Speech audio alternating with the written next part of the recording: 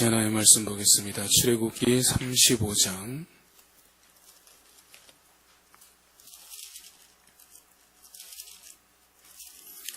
출애굽기 35장 30절입니다. 출애굽기 35장 30절에서 36장 1절까지 보겠습니다.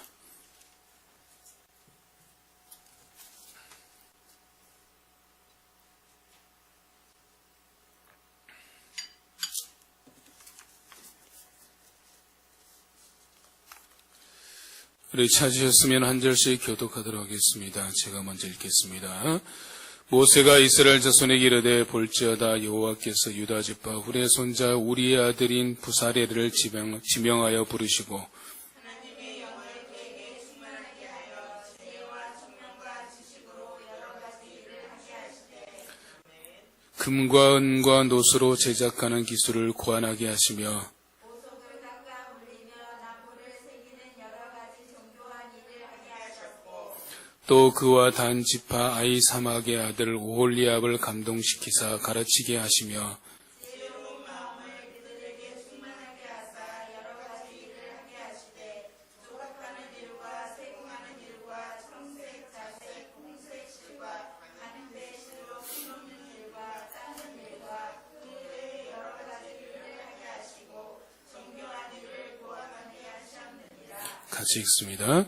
부사엘과 오홀리압과 민 마음이 지혜로운 사람 곧 여호와께서 지혜와 총명을 부으사 성소에 쓸 모든 일을 할 줄 알게 하신 자들은 모든 여호와께서 명령하신 대로 할 것이니라. 아멘.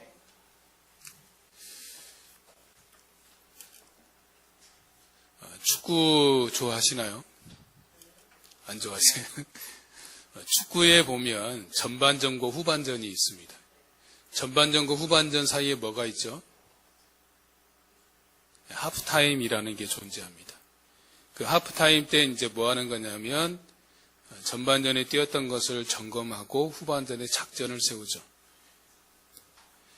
박호근 하프타임 코리아 대표가 그런 말을 했습니다. 우리 인생에 하프타임이 필요한 시점이 있는데 그때는 언제냐면 내가 지금 이렇게 사는 것은 아닌 것 같은데 라는 생각이 들면 그때가 내 인생의 하프타임이 필요한 때라고 말했습니다. 그러면서 그러한 생각이 들면 그때 세 가지를 점검해야 된다라고 이야기했습니다. 첫 번째는 뭐냐면 내 자신의 정체성, 나는 누구인가라는 걸 점검해야 되고 두 번째는 내 삶의 방향, 내가 지금 어디로 가고 있는가라는 걸 점검해야 되고 세 번째는 본질의 회복, 나는 내 삶의 본질대로 살고 있는가라는 것을 점검해야 된다라고 있습니다. 그러면서 한 가지 더 물어야 된다라고 했는데 지금 나는 나의 인생에서 가장 중요한 것을 놓치고 있지는 않는가라고 자기 자신에게 물어봐야 된다라는 거죠. 여러분은 어떻습니까? 여러분의 인생에서 가장 중요한 것을 붙들고 살고 계십니까? 우리가 그것을 놓치고 있다라면 그때가 하프타임이 필요한 때다라고 말하는 거죠. 인생의 후반전은 나이로 구분하는 것이 아니라 내가 성공을 위해서 달려가는 것이 아니라 인생에서 가장 중요한 것을 위해서 살아가는 그때가 인생의 후반전이라고 말합니다. 그러니까 우리가 100세라고 봤을 때 인생의 후반전은 나이로 따지면 50세라고 말할 수 있지만 옛날에는 80세가 40세라고 말하지만 그렇게 이제 전문가들이 말하는 인생의 전반과 후반은 나이로 구분하는 것이 아니다. 나이가 중요한 것이 아니라 인생의 전반전에는 성공이라는 것을 위해서 달렸다라면 인생의 후반전은 성공이 목적이 아니라 내 삶의 어떤 중요한 것을 위해서 사는 것이 인생의 후반전이다. 심지어 밥 버포드라는 사람은 하프타임이라는 책에서 인생의 후반전은 성공을 위한 것이 아니라 의미 있는 삶을 살아야 그때 후반전을 사는 것이다. 그래서 의미 있는 삶이 인생의 후반전이다라는 거죠. 그래서 나이가 20대여도 그때 자기가 의미 있는 삶을 살면 전반전은 끝나고 후반전은 사는 것이다 라는 거죠.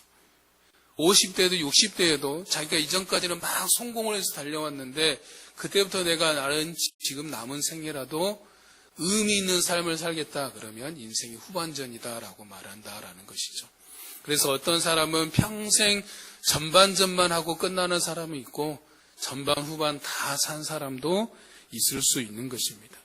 그래서 내가 의미 있는 인생 후반전을 위해서 하프타임 때 내가 삶을 제대로 살고 있는지, 삶의 의미와 목적과 방향과 본질대로 살고 있는지, 내가 의미 있는 삶을 살고 있는지 점검해야 된다라고 말하고 있는 것이죠. 여러분들은 어떤 삶을 살고 있는 것 같습니까? 세상 사람들이 말하는, 남들이 말하는 성공한 삶을 살고 계십니까? 아니면 행복한 삶을 살고 계십니까? 아니면 내 삶의 목적과 본질에 맞는 의미 있는 삶을 살고 있습니까? 성공한 삶, 행복한 삶, 의미 있는 삶. 셋 중에 무엇입니까? 아니면 셋도 아니고 이것도 아니고 그냥 흘러가는 대로 하루하루 살고 있습니까? 그렇다면 우리는 인생의 하프타임이 필요한 것이다라는 거죠. 내가 의미 있는 삶을 살고 있지 않는 것 같다면 지금 이 시점에서 내 삶을 점검해 봐야 되는 하프타임 시간이다라는 거죠. 인생의 모든 영광을 다 누려본 솔로몬이 인생의 말미에 뭐라고 고백했냐면 전도서 12장에 보면 그렇게 말하고 있습니다. 인생의 본분에 대해서 뭐라고 말하냐면 하나님을 경외하고 그의 명령을 지킬저다 이것이 모든 사람의 본분이니라 라고 전도서 12장 맨 마지막에 보면 나와 있어요. 내가 인생을 다 살아보니까 뭐냐면 인생은 하나님을 경외하고 그의 명령을 지키는 것이 사람의 마땅히 해야 될 본분이라고 결론을 내린 거죠. 그러므로 우리는 우리를 부르신 이의 부르심대로 살고 있는지 우리가 점검해 볼 필요가 있는 겁니다. 나는 나를 부르신 하나님의 부르심에 합당하게 살고 있는가라는 것을 우리가 점검해 봐야 된다라는 것이죠. 오늘 본문을 보시면 하나님께서 모세에게 말씀하시고 디자인하신 성막과 성막에 들어가는 모든 기구를 제작할 수 있는 자를 이제 부르시는 장면입니다. 그 대표적인 인물로 30절에 보면 누구를 부릅니까? 유다지파 훌의 손자여 우리의 아들인 부사레를 부르십니다. 그리고 34절에서는 아이사막의 아들, 단지파 아이사막의 아들 오홀리압을 부르시죠. 그리고 36장 1절에서는 마음이 지혜로운 사람들을 부르시는 것들을 보게 됩니다. 하나님께서 모세에게 전체적인 그림, 설계도를 주셨다라면 부사렐과 오홀리압과 마음이 지혜로운 사람들에게 실제로 그 설계도를 제작하는, 그림을 그리게 하는 사람들이다라고 볼 수 있습니다. 그래서 오늘 부사렐과 오홀리압과 이 마음이 지혜로운 사람들의 모습을 통해서 우리가 우리를 부르신 이의 목적대로 사는 법, 또 우리가 의미 있는 삶을 사는 것은 어떻게 의미 있게 사는 삶인지 우리가 생각해 보고자 하는 것입니다. 그게 한 세 가지 포인트로 우리가 나누어서 생각해 볼 텐데 첫 번째 포인트는 그러면 하나님께서 부사렐과 오홀리압을 부르신 이유가 무엇인가라는 거죠. 왜 별도로 부사렐과 오홀리압을 따로 불러 세우셨는가라는 거죠. 하나님께서는 모세에게 성막을 어떻게 지으라고 말씀해 주셨어요. 일종의 설계도를 주신 거죠. 그리고 그 설계도를 직접 가지고 실천할 사람으로 부사렐과 오홀리압을 불러서 그에게 맡겨주신 겁니다. 그래서 그들을 세워서 그들에게 맡기신 일을 보면 왜 세웠는지를 보면 알 수 있습니다. 그들이 무슨 일을 하였는지를 보면 왜 그들을 세웠는지를 보면 알 수 있습니다. 32절과 33절을 보시면 부사렐이 한 일이 무엇인지를 알 수 있어요. 무슨 일을 했습니까? 금과 은과 노스로 제작하는 기술을 고안했고 33절에 보면 보석을 깎아 물리며 나무를 새기는 여러 가지 정교한 일을 하였다라고 말하고 있죠. 또 35절에 보면 오홀리압을 통해서 뭔 일을 했습니까? 조각하는 일, 세공하는 일, 성색, 자색, 홍색 실과 가는 게 배, 실로 수놓는 일, 짜는 일, 그 외에 여러 가지 일을 하게 하시고 정교한 일을 하게 하셨다라고 말하고 있어요. 자, 이 한 일들을 보면 전부 뭐가 필요한 일입니까? 쉽게 말하면 뭐가 필요해요? 아무나 할 수 있는 일이에요? 그렇죠. 기술이 필요한 일이죠. 그러니까 부사렐과 오홀리압은 뭘 하냐면 쉽게 말하면 기술자, 전문가들이라는 겁니다. 그러니까 하나님께서 실제로 그 일을 할 수 있는 사람들을 세워서 맡겼다라는 것들을 볼 수 있는 거죠. 그러니까 모세와 아론과는 다른 역할을 부여받은 겁니다. 부사렐과 오홀리압은 이 일에 대해서 소명을 받은 것이다 라고 말할 수 있어요.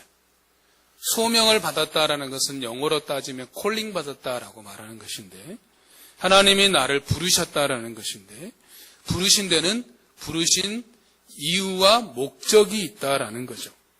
그래서 부르신 이유와 목적을 알고 살아가는 것, 그것을 바로 소명이라고 말하는 거죠. 하나님이 나를 부르신 이유와 목적을 알고 살아가는 것이 바로 소명대로 산다라고 말하는 거죠. 이 소명이 무엇인지에 대해서 오스 기니스가 쓴 소명이라는 책에 보면 이렇게 말하고 있습니다. 소명이란 하나님이 우리를 너무나 결정적으로 부르셨기에 그분의 소원과 은혜에 응답하여 우리의 모든 존재, 우리의 모든 행위, 우리의 모든 소유가 헌신적이고 역동적으로 그분을 섬기는데 투자된다는 진리이다라고 말하고 있습니다. 좀 더 쉽게 설명하면 소명은 1차 소명과 2차 소명으로 구분할 수 있어요. 1차 소명은 뭐냐면 우리의 정체성에 관한 것으로 나는 그리스도를 따르는 자로 그분에 의한, 그분을 향한, 그분을 위한 것이다. 쉽게 말하면 나는 그분의 것이다 라는 것이 우리의 1차적인 소명이라는 거죠. 나는 나를 부르신 이의 것이다 라는 것이 우리가 나의 1차적 소명이라는 거죠. 그럼 2차적 소명은 뭐냐? 간단하게 말하면 직업적 소명이라고 말할 수 있어요. 모든 것을 다스리시는 주권적인 하나님을 기억하고 모든 사람이 모든 곳에서 모든 것에서 전적으로 그분을 위하여 생각하고 말하고 살고 행동해야 되는 것을 말하는 것입니다. 즉 모든 사람이 자신이 있는 모든 곳에서 내가 있는 그곳을 하나님께서 다스리신다는 사실을 기억하며 하나님의 영광을 위해서 말하고 살고 행동하는 것이다 라는 거죠. 그러니까 내가 있는 곳에서 내가 어떤 직업을 가졌느냐가 중요한 것이 아니라 하나님이 내가 지금 가지고 있는 그 직업 그 자체로 하나님이 그 자체에 직업에 어떤 귀천이 없어요. 그 직업 그 자체가 하나님이 나를 부르신 곳으로 내가 인정하고 그곳에서 하나님을 위해서 말하고 살고 행동하는 것이 우리의 2차적인 사명이다, 소명이다라고 말하는 거죠. 그러므로 우리에게 주신 직업을 주신 목적을 우리가 세 가지로 크게 구분할 수가 있어요. 우리가 직업을 통해서 행해야 되는 목적이 세 가지가 있는데 첫 번째는 뭐겠습니까? 바로 하나님의 영광을 위한 것이 되어야 됩니다. 두 번째는 타인의 유익을 위한 것이 되어야 돼요. 즉 이웃을 섬기기 위한 것이 되어야 된다라는 거죠. 그리고 세 번째가 자기 자신을 위해서 자신의 생계 유지를 위한 것이 직업을 주신 목적입니다. 그러니까 우리가 내 자신만을 위해서 자기 자신만을 위해서 산다라면 직업의 가장 기본적인 수단, 기초적인 수준에 우리가 머물러서 사는 것이다 라고 말할 수가 있어요. 그래서 우리가 하나님께서 나를 그곳에서 부르셨다는 분명한 소명의식이 있다라면 부르신 그분을 위해서 또 그곳에 있는 사람들을 섬기며 또한 자기 자신을 위한 삶의 수단이 되게 하는 거예요. 그러니까 내가 있는 직장은 크게 세 가지의 목적을 충족시켜야 돼요. 나를 그곳에 부르신 하나님의 영광을 위해서, 그곳에 함께하고 있는 동료들을 섬겨야 되고, 그리고 나와 우리의 가족의 생계를 위한 수단이 되는 것이 하나님께서 우리에게 직업에 대한 소명을 주신 이유다라는 거죠. 그런데 세상 사람들은 어떻게 살아갑니까? 마지막 세 번째만을 위해서 살아가는 거죠. 그것이 바로 사단의 전략이에요. 사단의 전략은 뭐냐면 우리가 큰 하나님의 목적을 보지 못하고 하나님께서 우리를 부르신 그 부르심의 소명을 보지 못하고 오로지 자기 자신만을 위해서 살도록 우리를 몰아가는 것이 사단의 전략, 계획이다라는 것을 우리가 알아야 됩니다. 어떤 사람이 소명자인지를 잘 보여주는 것이 마태복음 25장에 보면 달란트의 비유를 통해서 우리가 알 수 있습니다. 마태복음 25장에 보면 어떤 사람이 타국에 갈 때 자기의 소유를 종인들에게 맡기는데 종들에게 맡길 때 기준이 있어요. 그 기준이 뭐였습니까? 어떤 사람에게 금 5달란트, 2달란트, 1달란트를 맡기게 되는데 그 기준점이 있어요. 그렇죠? 각각의 재능대로. 그 사람이 가지고 있는 재능에 따라서 이 사람에게는 5달란트, 이 사람에게는 2달란트, 이 사람에게는 1달란트 맡겼다라는 거죠. 그 말은 뭐냐면 많고 적음을 말하는 게 아니에요. 차별했다는 뜻이 아닙니다. 각 사람의 분량만큼 주어졌다라는 거예요.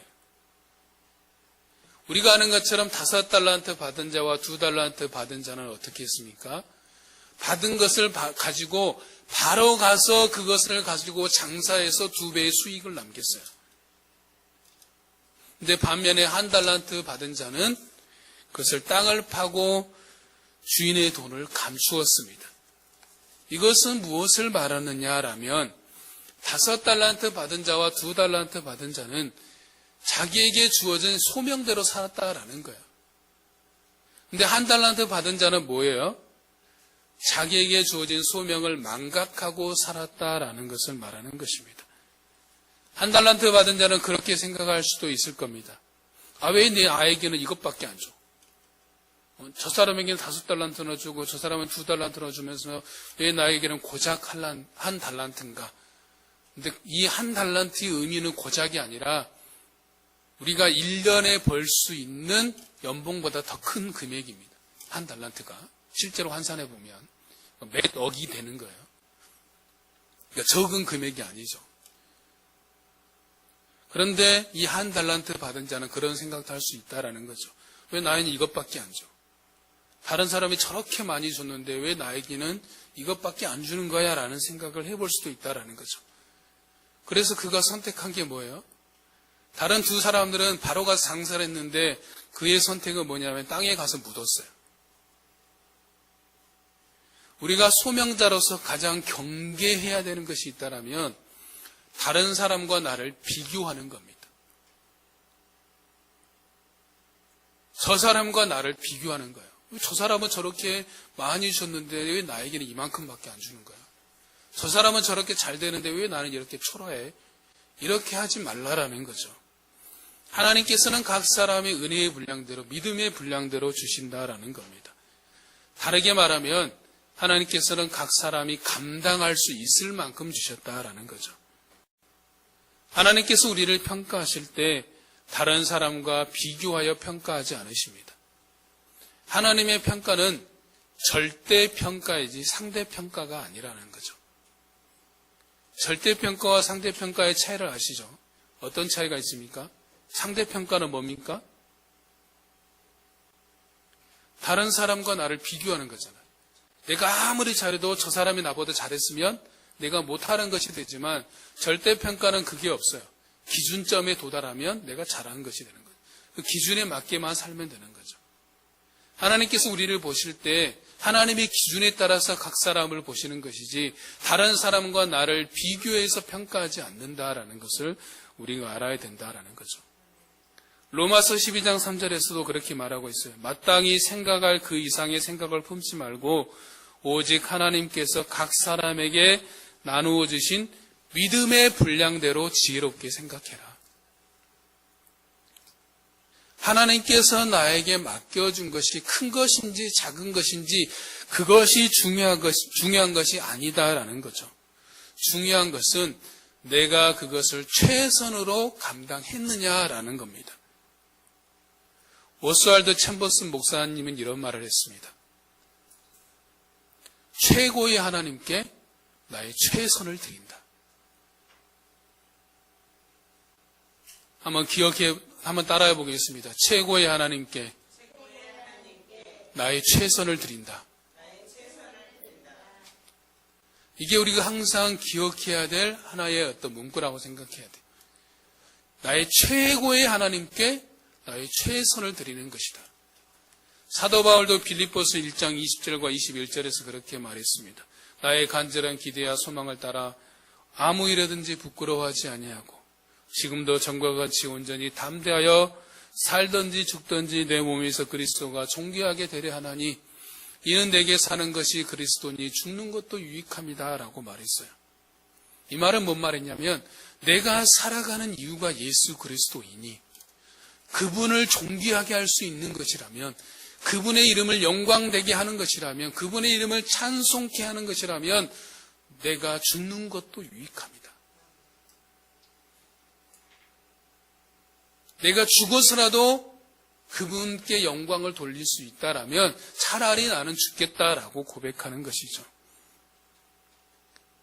유명한 세계적인 주의자 중에 한 명인 토스카니니라는 사람이 있습니다. 들어보셨습니까? 좀 오래된 인물이긴 합니다. 토스카니니라는 사람이 있는데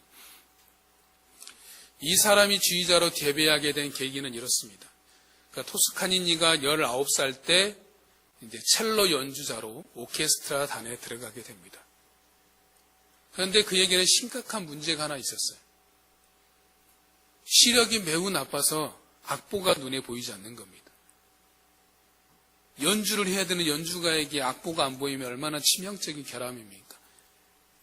그런데 토스카니니는 거기서 좌절하지 않고 한 가지를 선택합니다. 무슨 선택을 하냐면 악보를 통째로 외워버린 겁니다. 내가 악보를 외워야 되겠다. 안 보이니까. 그래서 자기 첼로 파트만 외운 것이 아니라 악보 전체를 외워버린 겁니다.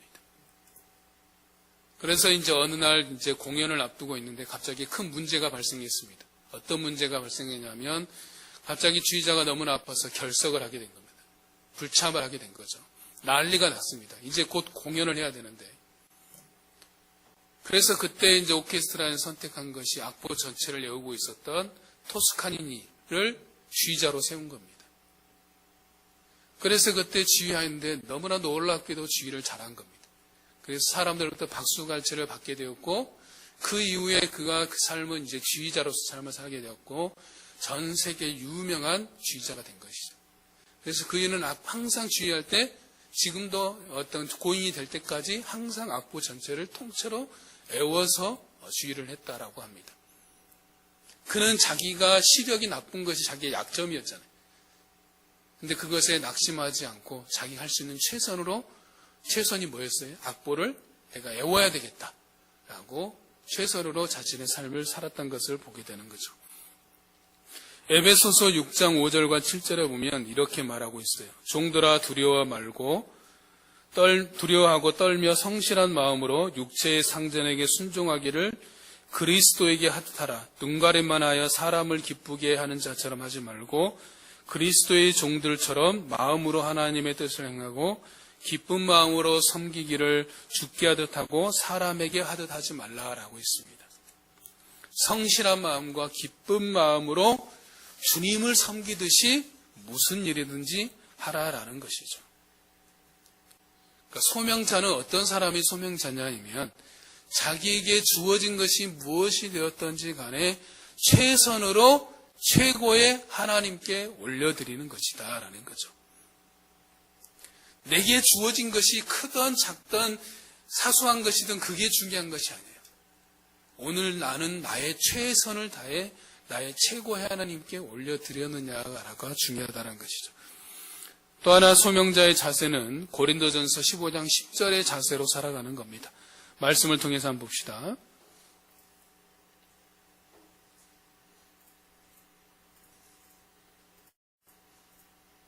같이 읽습니다. 시작.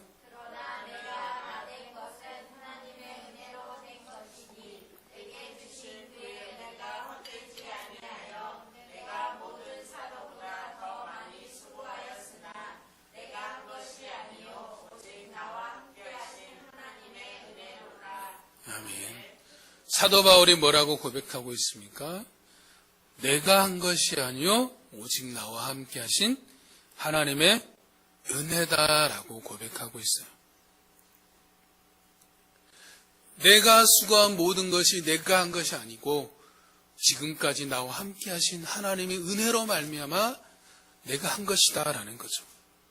지금의 나를 있게 하신 것, 지금 이 일을 하게 하신 것, 지금 우리 가정, 지금 우리 자녀들을 있게 하신 것, 내가 지금 일을 할 수 있는 모든 것들은 내가 잘나서가 아니라 나와 함께 하신 하나님의 은혜로 말미암아 되어진 것이다라는 고백입니다. 우리가 잊지 말아야 될 게 이거예요. 지금 내가 낳던 것은, 지금 우리 가정이 우리 가정되게 한 것은, 우리 자녀가 자녀를 될 수 있는 것은, 이 모든 것들은 다 뭐라고요? 나와 함께 하신 하나님의 은혜로 말미암았다라고 고백하는 겁니다. 그러므로 우리의 직장생활, 가정생활, 우리의 삶의 모든 것들도 다 하나님의 은혜라는 삶의 자세를 가져야 되는 거예요. 모든 것이 다 하나님의 은혜라고 생각하면 우리의 입술에서 뭐가 나오겠습니까? 감사의 고백밖에 나올 수밖에 없는 거죠. 그래서 범사에 감사하게 되는 겁니다. 모든 것이 감사하게 되고 모든 것이 기쁨이 되는 겁니다. 그래서 히브리서 13장 15절에 보면 그렇게 말하고 있습니다. 그러므로 우리는 예수로 말미암아 항상 찬송의 제사를 하나님께 드리자. 이는 그 이름을 증언하는 입술의 열매니라 라고 말하고 있어요. 항상 예수로 말미암아 찬송의 제사를 올려드리는 삶을 살게 된다라는 것이죠. 사도 바울은 자신에게 주어진 복음 전파의 사명에 대해 소명, 사명에 대해서 이렇게 말하고 있습니다. 하나님께서는 베드로를 세우신 것은 할례자의 사도로 세우신 것이고 나를 세우신 것은 이방인의 사도로 세우신 것이다. 거기서 그친 것이 아니라 내가 복음을 전하는 것은 내가 복음을 전하지 않으면 그것이 나에게 화가 되는 것이다. 부득불 내가 해야 될 일을 한 것뿐이다 라고 말하는 거죠. 내가 특별히 잘나서 이방인의 사도로 내가 부름을 받은 것이 아니라 이것이 마땅히 내가 해야 되는 일, 하나님께서 나에게 맡겨진 소명, 사명이기 때문에 내가 하는 것이다 라고 고백하는 것이죠. 그래서 나는 이 일을 하지 않으면 오히려 나에게 화가 된다라고 사도 바울은 그렇게 말하고 있습니다. 또한 우리가 소명자로 살아가기 위해서는 반드시 있어야 되는 것이 있는데 그분이 주시는 힘의 능력을 힘입는 겁니다. 예수님께서 하늘로 승천하실 때 제자들이 예수님께 물었습니다. 주께서 이스라엘 나라를 회복하심이 이때니까 라고 물었자 예수님께서 뭐라고 말씀하셨죠? 때와 시기는 너희 알 바 아니다. 그것은 아버지께 속한 것이지. 그러나 오직 성령이 너희에게 임하시면 너희가 권능을 받고 예루살렘과 온 유대와 사마리아 땅끝까지 이르러 내 증인이 될 것이다. 너희가 하나님의 나라가 언제 임할지 그거 신경 쓰지 말라. 중요한 것은 성령이 너희에게 임하여 너희가 권능을 받으면 나의 증인으로 살 것이다 라고 말씀하신 것이다 라는 거죠. 즉 중요한 것은 너희가 성령의 권능을 받아야 나의 증인이 될 수 있다라는 거죠. 골로새서 3장 17절에서도 그렇게 말합니다. 또 무엇을 하든지 말이나 일에나 다 주 예수의 이름으로 하고 그를 힘입어 하나님 아버지께 감사하라 라고 했습니다. 빌립보서 4장 13절에서 뭐라고 했습니까? 내게 능력 주시는 자에서 내가 모든 것을 할 수 있다라고 했습니다. 그분의 능력을 힘입어 우리는 믿음으로 사는 겁니다. 우리는 모든 곳에서 모든 일을 모든 사람에게 하나님이 주시는 능력을 힘입어 하나님을 믿는 믿음에 근거하여서 맡겨진 것에 최선을 다해 살아가는 그런 소명자로 살아가는 우리의 모습이 되었으면 좋겠습니다. 두 번째로 생각해 볼 것은 오늘 보시면 본문에 보시면 31절에 보면 하나님께서 부사렐에게 하나님의 영을 충만하게 하여서 그에게 주신 것이 있습니다. 뭘 줬다고 했습니까? 지혜와 총명과 지식을 줬어요. 그래서 하나님의 영을 그에게 충만하게 하여 지혜와 정명과 지식으로 여러 가지 일을 하게 하시되 라고 말하고 있습니다. 이게 순서가 있어요. 그냥 부사렐이 바로 하나님의 일을 했던 것이 아니라 하나님의 영을 충만하게 하여 뭘 줬다고요? 지혜와 청명과 지식을 가지고 그 일을 감당했다라는 거죠. 그럼 여기서 지혜가 뭐냐라는 거죠. 지혜는 히브리어로 호크마라는 겁니다. 영어 성경으로 보니까 성경마다 약간씩 차이가 있는데 NIV에서는 스킬이라고 되어 있고 NASB라는 책에 보면 위즈덤이라고 되어 있어요. 지혜라고 되어 있고 팀 켈러 목사는 호크마에 대해서 뭐라고 말했냐면 어떻게 하라고 분명하게 제시된 도덕법이 없을 때에도 올바른 선택을 내려는 것이다. 예를 들어서 내가 누구랑 결혼해야 될지, 이사를 가야 될지 말아야 될지, 어디로 직장을 취직해야 될지 말아야 될지 이런 것들은 성경에 나와 있습니까? 안 나와 있습니까? 안 나와 있죠. 이것은 뭐 어떻게 판단하느냐? 지혜로 판단하는 거라는 거죠. 하나님 주신 지혜의 문제라는 거죠. 지혜를 가지고 행해라라는 것을 말하는 거죠. 즉 쉽게 말하면 지혜는 뭐냐면 어떻게 판단하고 행해야 될지에 대한 분별력을 말한다라고 볼 수 있어요. 인생을 살아가다 보면 가장 필요한 게 뭐예요? 지식 이전에 지혜인 것들을 보게 되죠. 지식은 많은데 지혜가 없는 사람이 있어요. 근데 세상을 살아갈 때 보면 똑똑한 사람이 잘 사는 사람이 아니라 지혜로운 사람이 세상을 잘 사는 사람이에요.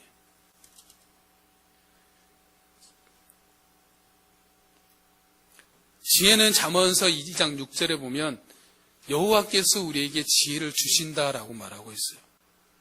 지혜는 하나님이 우리에게 주시는 게 지혜입니다. 또 잠언서 2장 10절에서는 지혜가 우리 마음에 있으면 지혜가 우리 영혼을 즐겁게 한다라고 되어 있어요. 또 4장 7절에서는 지혜를 얻으라 지혜가 제일이다라고 말하고 있습니다. 야고보서 1장 5절에서는 너희 중에 누구든지 지혜가 부족하거든 모든 사람에게 후히 주시고 꾸짖지 아니하시는 하나님께 구하라 그리하면 주시리라라고 했습니다. 여러분 지혜가 부족하다라고 생각이 되십니까? 그러면 후히 주시는 하나님께 지혜를 구하시면 되는 겁니다. 그러면 하나님께서 우리에게 지혜를 주시는 겁니다. 그럼 지혜는 어떻게 얻는 것인가? 여호와를 경외하는 것이 지혜의 근본이다라고 말하고 있죠. 여호와를 경외하는 자에게 지혜를 주신다라고 했습니다. 근데 이 지혜는 두 종류의 지혜가 있습니다. 야고보서 3장에 보면 두 종류의 지혜가 나오거든요. 하나는 위로부터 난 지혜가 있고 하나는 사단이 주는 지혜가 있습니다. 그것을 어떻게 판별할 수 있냐라면 야고보서 3장 14절과 17절에 보면 너희 마음속에 독한 시기와 다툼이 있으면 자랑하지 말라. 이러한 지혜는 위로부터 내려온 것이 아니요 땅 위의 것이요 정욕의 것이요 귀신의 것이라 라고 있고 반면에 위로부터 난 지혜는 성결하고 다음에 화평하고 관용하고 양순하며 긍휼과 선한 열매가 가득하고 편견과 거짓이 없는 것이다 라고 있습니다. 그러니까 내 마음속에 독한 시기와 다툼이 있다라면 또 정욕을 위한 것이 나온다라면 그것은 누가 주신 것이다? 사단이 주는 거다. 반면에 내 마음의 지혜 성결하고 화평하고 관용하고 양순하며 긍휼과 선한 열매가 가득하고 편견과 거짓이 없는 것이라면 이것은 위로부터 하나님이 나에게 주신 지혜다라고 우리가 분별할 수 있는 겁니다. 그럼 우리가 사모해야 될 것은 이런 하나님이 주신 지혜를 사모해야 되는 거죠. 반면에 총명은 뭐냐? 총명은 히브리어로 태분이라는 것으로 영어로 보면 ability 또 다른 성경에는 understanding이라고 되어 있습니다. 즉 이해하는 능력이에요. 지혜가 분별력이라면 총명은 이해력이라고 볼 수 있어요. 그러니까 부사렐에게 준 건 뭐냐면 성막에 대해서 이해할 수 있는 성막에 대한 지혜와 그 성막에 필요한 도구를 제작할 수 있는 것에 대한 이해력을 주셨다라는 거죠. 그렇잖아요. 기술은 있는데 그 도구를 제작해야 되는 이해력이 없다라면 제대로 만들어낼 수가 없잖아요. 그래서 필요한 지혜와 이해력을 주셨다라는 것을 볼 수 있습니다. 지혜와 청명은 바로 그분이 우리에게 주시는 것입니다. 31절에서도 그것을 분명하게 말하고 있어요. 하나님의 영을 충만하게 하여 지혜와 청명과 지식을 우리에게 주었다라는 것들을 먹이죠. 그러면 우리에게 지혜와 청명과 지식을 주시는 이유가 무엇인가라는 거죠. 다음 말씀을 한번 봐봅시다.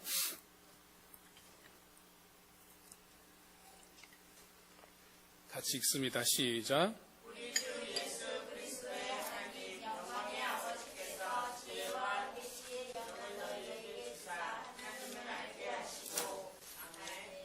왜 주셨다라고 했습니까?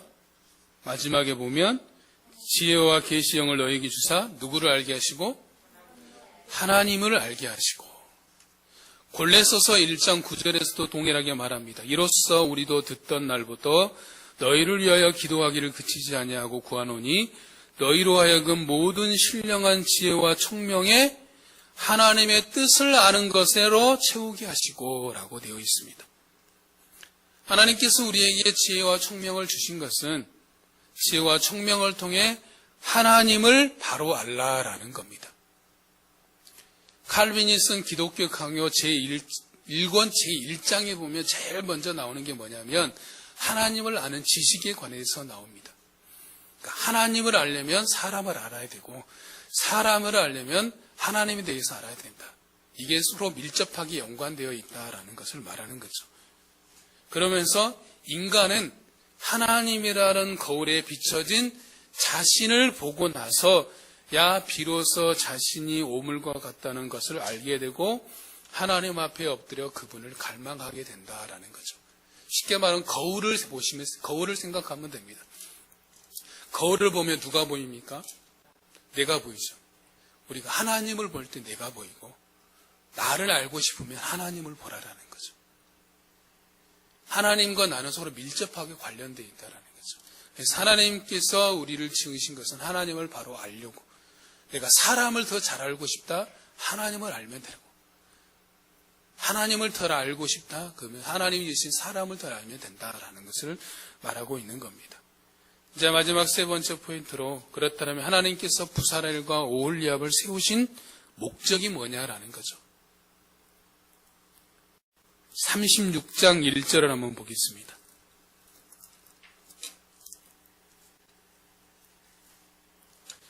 36장 1절 다 같이 한번 읽어봅시다. 시작.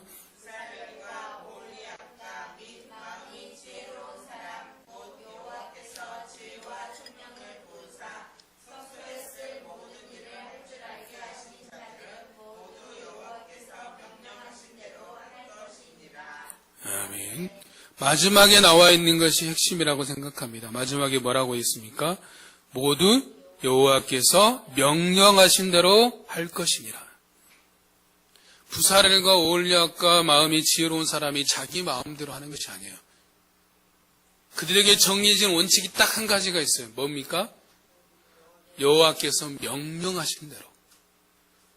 그들이 기술과 지혜와 청명과 지식, 기술을 가지고 있지만 이것을 가지고 자기 마음대로 막 만들어내는 것이 아니라 하나님께서 말씀하신 대로, 명령하신 대로 행한다라는 것을 말하고 있는 거죠.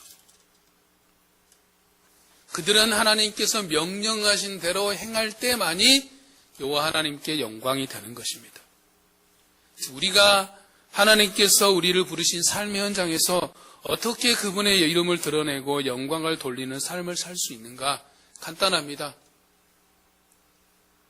하나님께서 우리에게 말씀하신 대로 살면 되는 거죠. 말씀대로 살면 된다라는 겁니다. 요한일서 2장 6절에 보면 그의 안에 산다고 하는 자는 그가 행하시는 대로 자기도 행할지니라 라고 말씀하고 있습니다.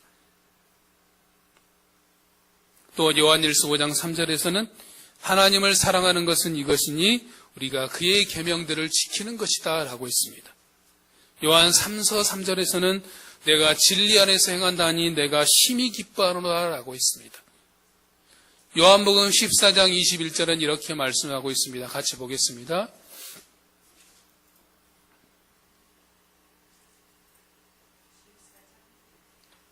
요한복음 14장 21절 화면을 보시고 같이 읽습니다. 시작. 나의 계명을 지키는 자라야 나를 사랑하는 자니 나를 사랑하는 자는 내 아버지께 사랑을 받을 것이요 나도 그를 사랑하여 그에게 나를 나타내리라.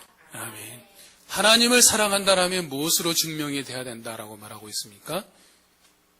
그의 계명을 지키는 것으로. 내가 말로만 하나님 사랑합니다. 이게 사랑하는 것이 아니라 하나님을 사랑한다라면 그분의 말씀을 지켜 행해라. 그것이 너희가 하나님을 사랑하는 것이다 라고 말하는 겁니다. 요즘 세상 사람들이 교회에 실망한 이유도 또 교회 내에서도 교회가 이렇게 영향력을 잃어버린 이유도 동일하게 말하는 것이 한 가지가 있어요. 그게 뭐냐면 우리가 말씀대로 살지 못해서 그런다라고 생각합니다.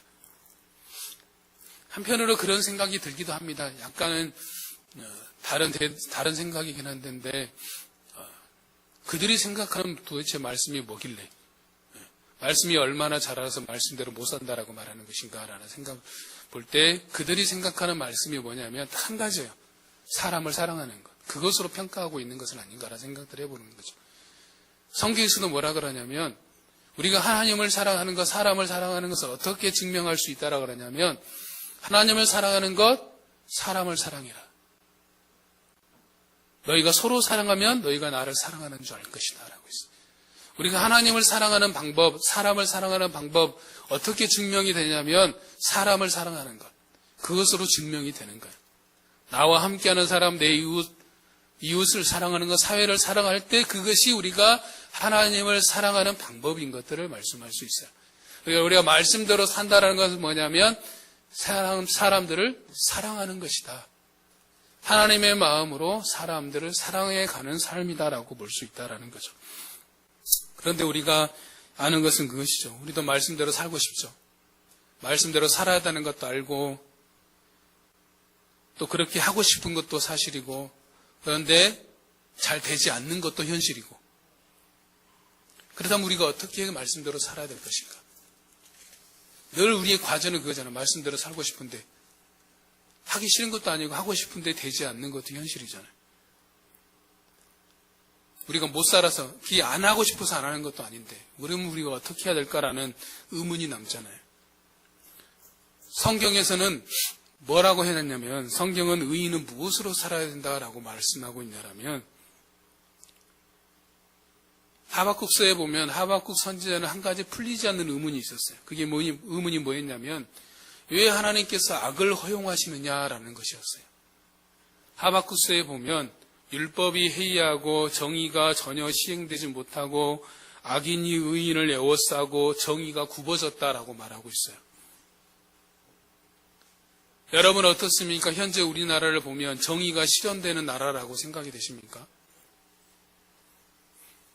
살기 좋은 의로운 나라라고 생각이 되십니까? 세상은 앞으로 갈수록 더 악해질 겁니다. 더 포악해질 거예요. 우리가 좋아지려고 노력은 하겠지만 첨단 기술은 좋아지겠죠. 그러나 사실은 세상은 악해질 것입니다. 그런데 하나님께서는 바로 악을 징계할 수 있어요. 그런데 징계하지 않으시고 기다리고 계십니다. 하나님은 징계할 수 있는데 징계하지 않으시고 기다리시고 세상은 악해져 가고 우리는 말씀대로 살아야 되는데 잘 되지 않고 이러할 때 우리가 어떻게 해야 될 것인가? 성경은 딱 한 가지로 간단하게 대답을 하고 있습니다. 이것이 루터를 회심시켰던 한 줄이기도 하고 어떻게 보면 종교개혁이 일어난 동기이기도 하고 우리를 움직이게 되는 강력한 동기이기도 합니다.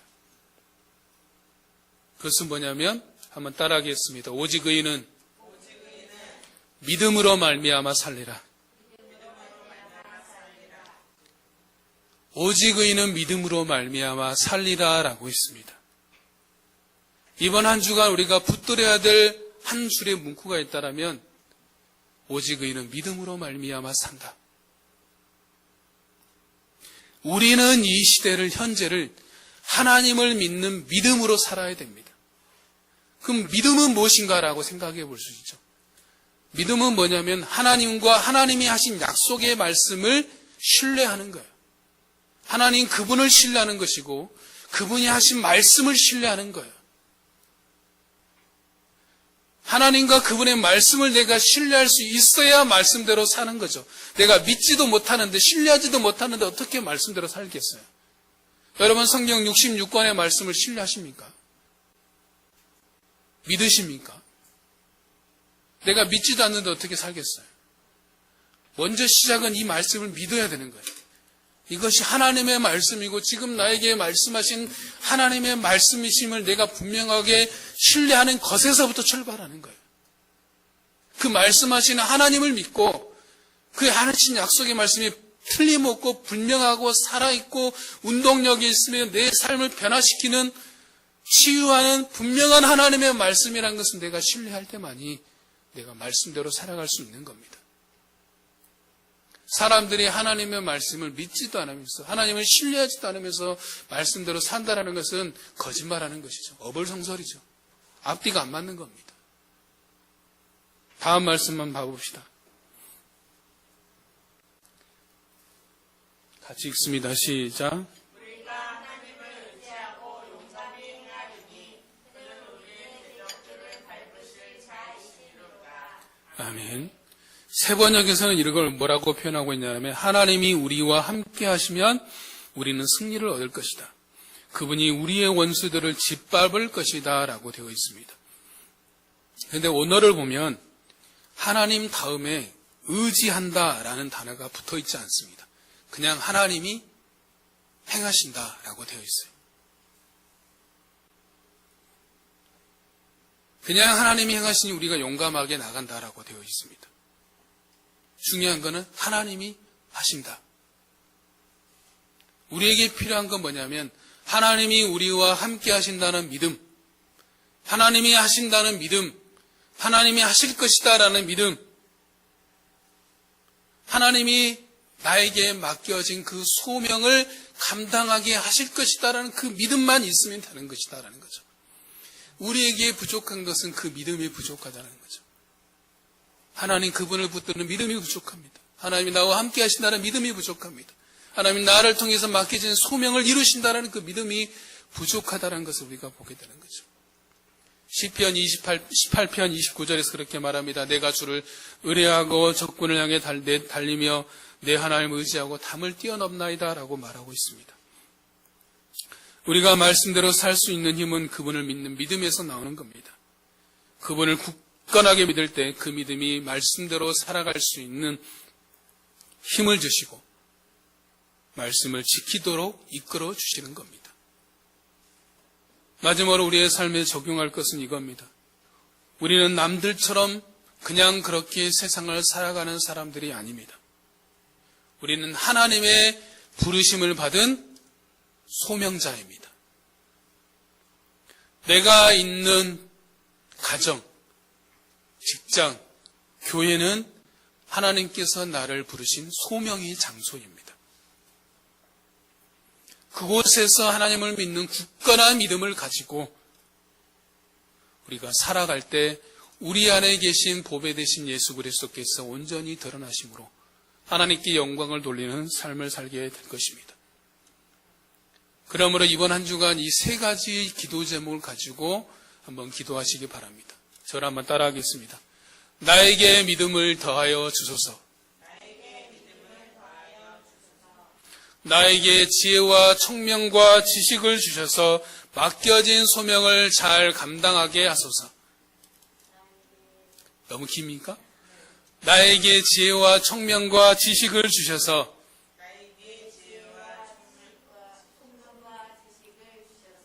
맡겨진 소명을 잘 감당하게 하소서.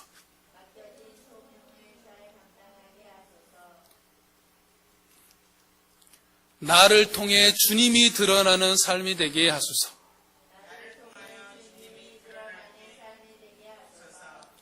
이 세 가지를 이번 주 내내 여러분 한번 무슨 일을 하든지 간에 기도하시기 바랍니다. 나에게 주님 믿음을 더하여 주옵소서. 주님 내가 믿음이 부족합니다.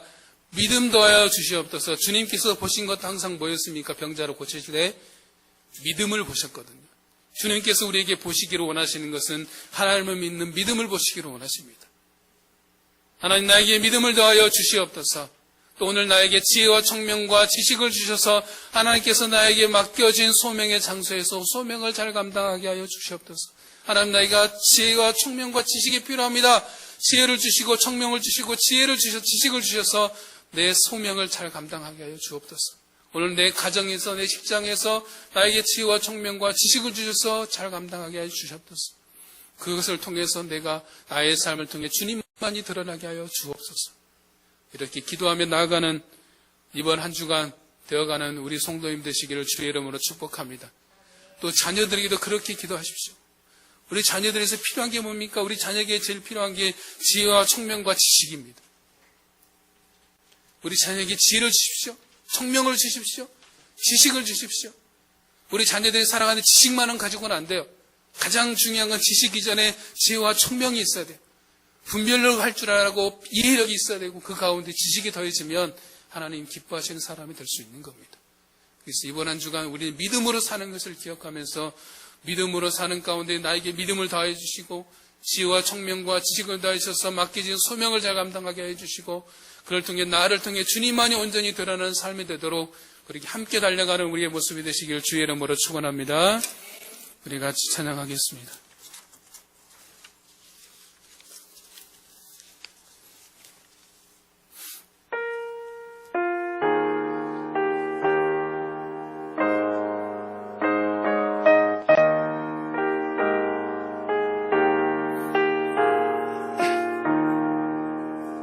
주 믿는 사람 일어나 다 힘을 합하여 이 세상 모든 마귀를 다쳐서 멸하세. 저 앞에 오는 적군을 다 싸워 이겨라. 주 예수 만나음으로 온 세상에 이기네.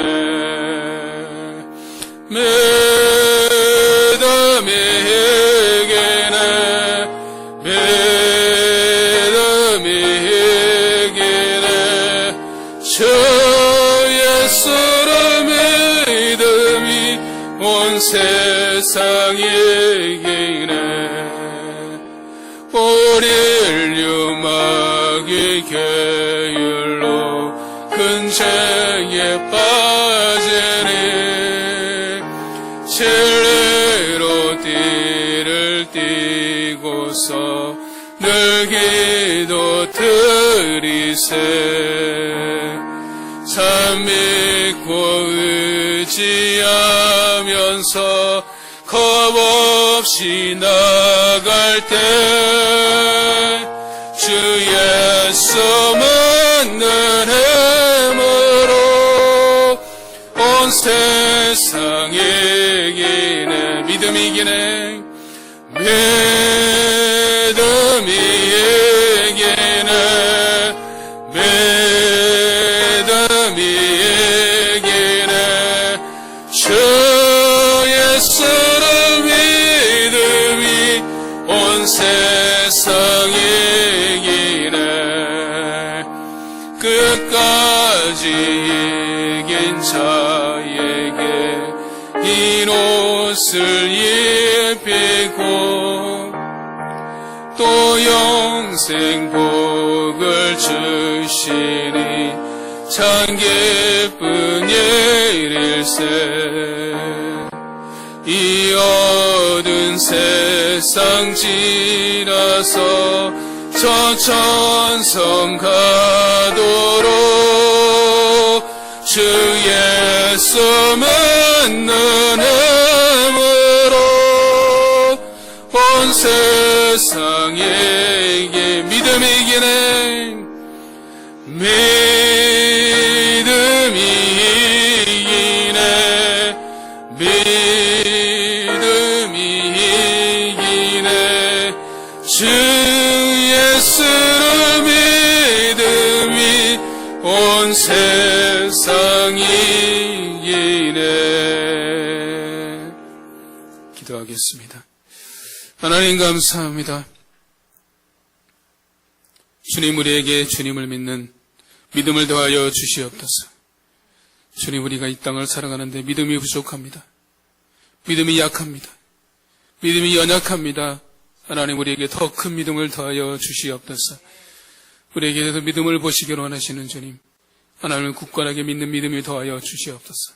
하나님이 나와 함께 하시는 믿음, 하나님 지금도 살아 역사하신다는 믿음, 하나님이 나를 통해서 일하신다는 분명한 믿음을 가지고 살아갈 수 있도록 인도하여 주시옵소서. 하나님 또한 우리에게 지혜와 정명과 지식을 더하여 주셔서 하나님께서 우리를 부르신 가정과 직장과 또 교회와 일터 가운데 우리가 살아가는 모든 현장 가운데서 맡겨진 소명들을 잘 감당하게 하여 주시옵시고, 그것을 통해서 우리의 삶을 통해서 오직 주님만이 드러나 주님께만 영광 돌리는 삶이 될 수 있도록 역사하여 주시옵소서. 지금은 우리 주 예수 그리스도의 여와 하나님의 크고 무한하신 사랑과 성령님의 감화감동 교통하심이 오직 의인은 믿음으로 말미암아 살리라라는 것들을 기억하며 믿음으로 이번 한 주간을 살기를 소망하는 우리 사랑하는 모든 성도들 머리 위에 지금부터 영원까지 항상 함께 있을지어다.